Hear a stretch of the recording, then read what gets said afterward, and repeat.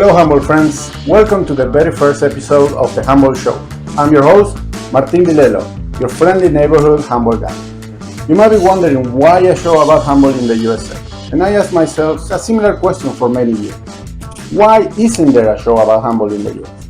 And like everything else I've done for handball in this country, I got tired of waiting for somebody else to do it, and then I decided to do it myself.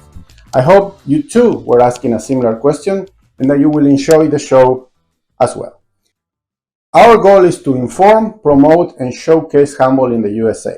We will try our best to keep you up to date with everything going on in the handball community, meeting protagonists, showing you new clubs and players, and bringing you the whole USA handball landscape to your screen. We invite every club and member in the USA handball community to reach out and let us know when they're hosting or participating in a tournament so we can inform the audience and help them get to know you. So let's get rolling. As every summer for the past 17 years, LA Team Handball hosted the SoCal Beach Handball Championship. One of the teams participating was the San Francisco CalHeat. Let's hear from their players.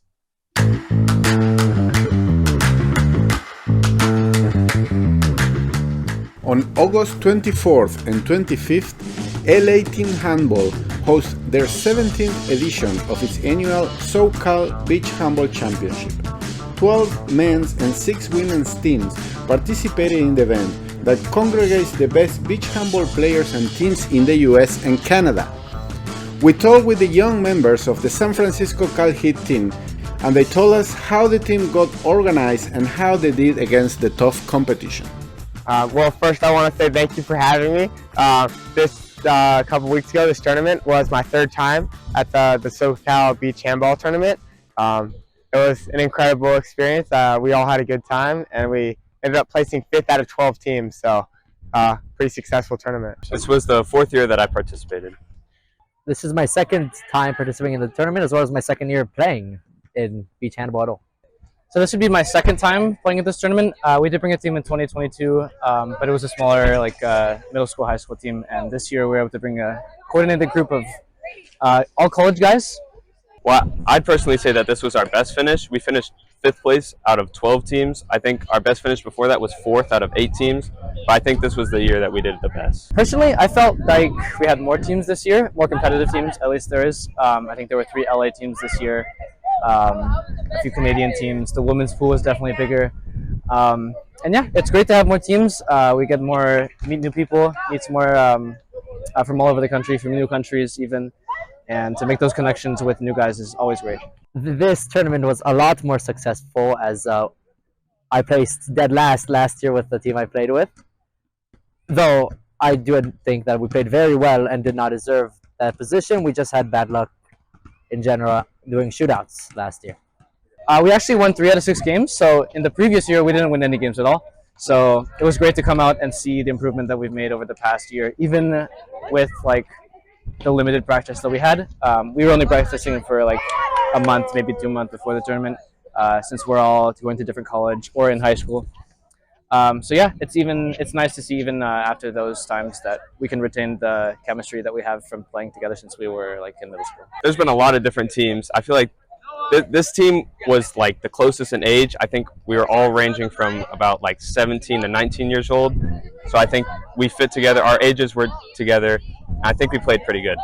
So this tournament, we had more teams than I think any of the other years in both the men's and the women's categories.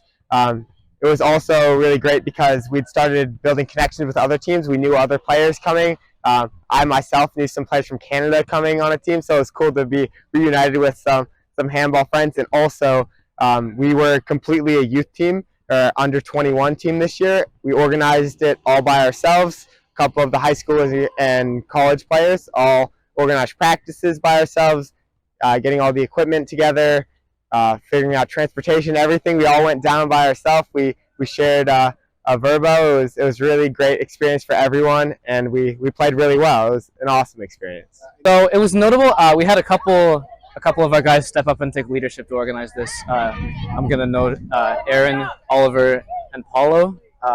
Oliver organized the housing, Paulo with the registration and everything. And Aaron was our coach. He's always the motivator. So it's great to see those guys stepping up.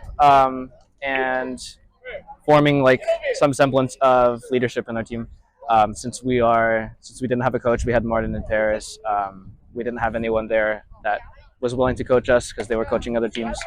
But it's great that we can have that level of independent play among like other teams that were maybe more organized than us, and we still did well even without a coach. So, well, this was the first time that we played without a coach. I have to thank Paulo for setting everything up. He did all the organizing, and then I know Ollie got a verbo for most of the team to stay in, and I think it was really nice. It was a change because it was the first year that the players actually set everything up, and I think we did a really good job. We played 6 games, winning the last 3 in a row. It was self-organized. All the practices leading up to the tournament, or where we stayed, the transportation, everything there we did ourselves, like all the team. We did get funding from Jean-Marc, who paid for our registration, but otherwise it was all done by the team who went to play. Most of us were 19 or younger, by far the youngest team and probably the shortest team overall.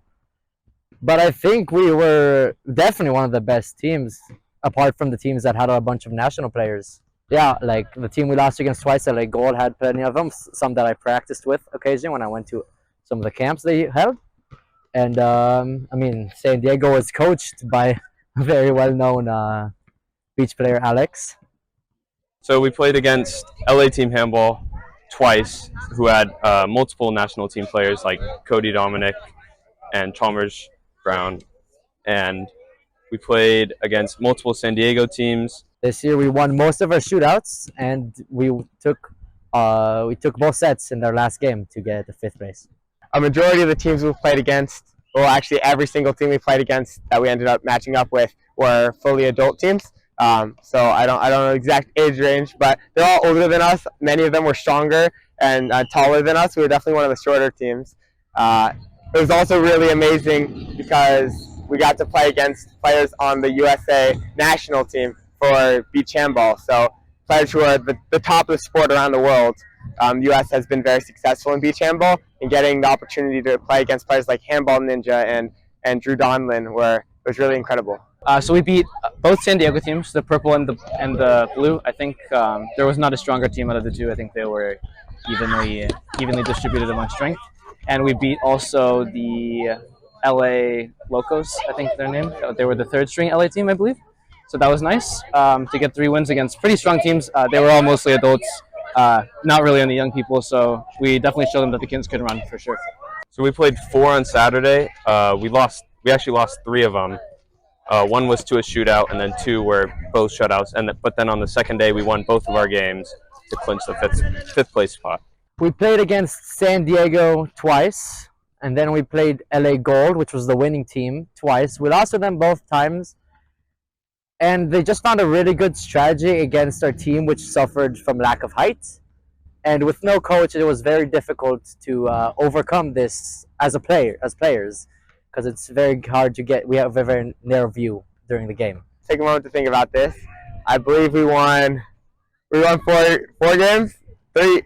I think we ended up going 3-3 throughout the tournament. But we had some great. Even the losses were great, like learning experiences. We had a couple games go to shootout.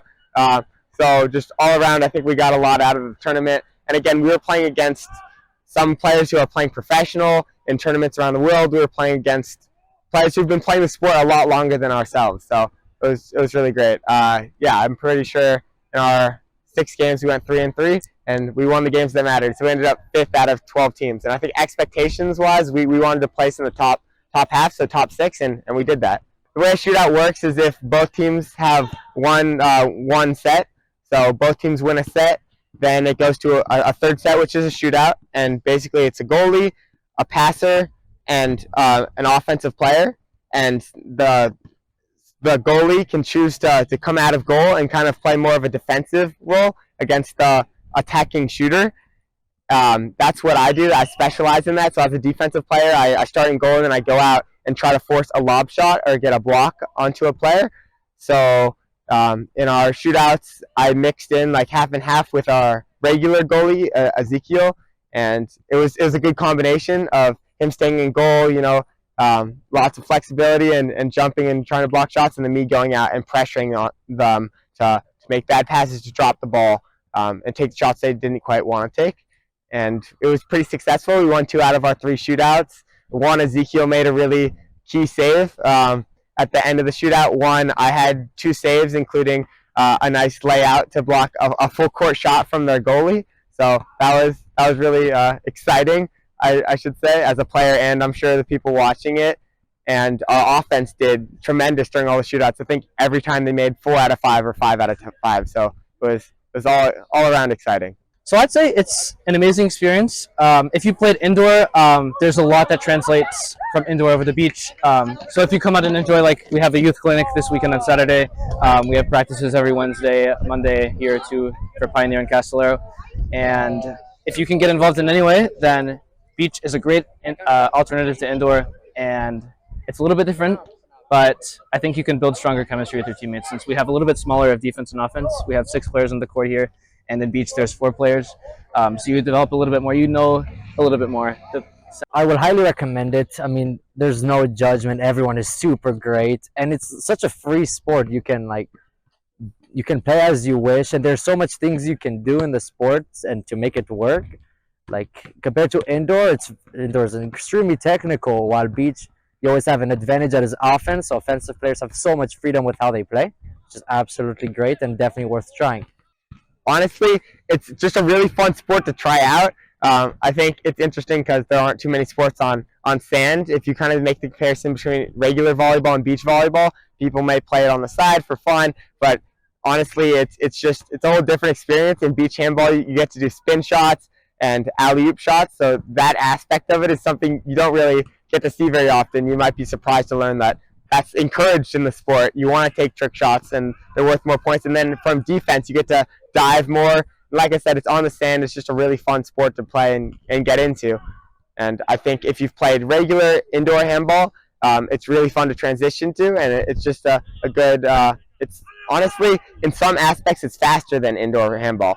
So I think there's a bit for everyone. I would really recommend it. It's not as I don't know if it's as competitive as indoor handball, but I'd say it's more fun.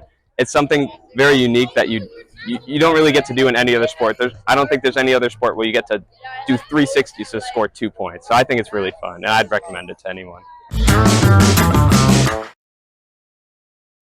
Fantastic result and organization from a very young group of players that, as you can see, love the sport. But they were not the entire tournament, so let's hear the final report. The 17th edition of the SoCal Beach Handball Championship, organized by LA Team Handball, counted with 6 women's teams and 12 men's teams.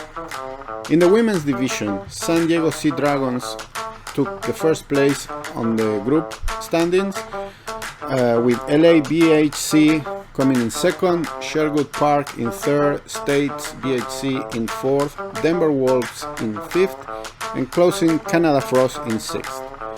In the final game, LA BHC beat the San Diego Sea Dragons on the shootout, and Sherwood Park took the bronze medal. In the men's division, in Pool A, LA BHC Gold took the first place, Sea Dragon Purple second place, and CalHeat came in third. In the men's division Pool B, LA Wizards took the first place, Schoolboys the second place, and LA BHC Black took the third place. On the Pool C, RIP LA took the first place, Kentucky Stacks came in second, and the Collective took the third place. On the Pool D, the Canada Acemen took the first place, Sea Dragons Blue in second, and Alliance on the third place. The knockout round on the men's side saw LA BHC Gold taking the championship against the LA Wizards 2-0. RIP LA took home bronze, beating the Canada Acemen in a well-fought battle for third place. In preparation for the new season in the Bay Area, the San Francisco CalHeat hosts their annual youth clinic for all the teams participating in the only youth league in the entire country.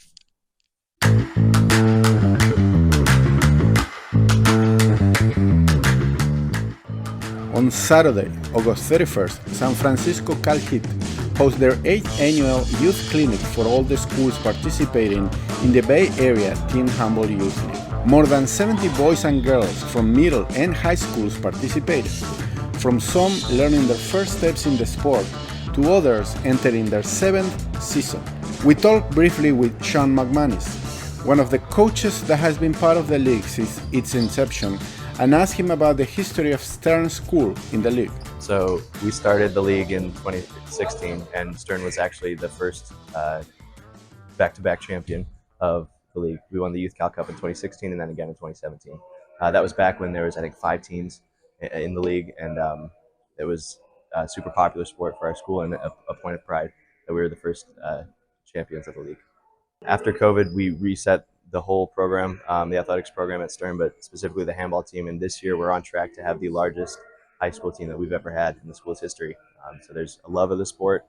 Some of that comes from participation in international competition. We sent 5 athletes over the summer to play in Spain and Sweden in the Partilla Cup. The athletes had a great time, but that's kind of been the biggest draw for them, is having these kind of once-in-a-lifetime experiences with their teammates and to play abroad. It's been really cool. So this season, the level of competition has probably never been higher for the high school league.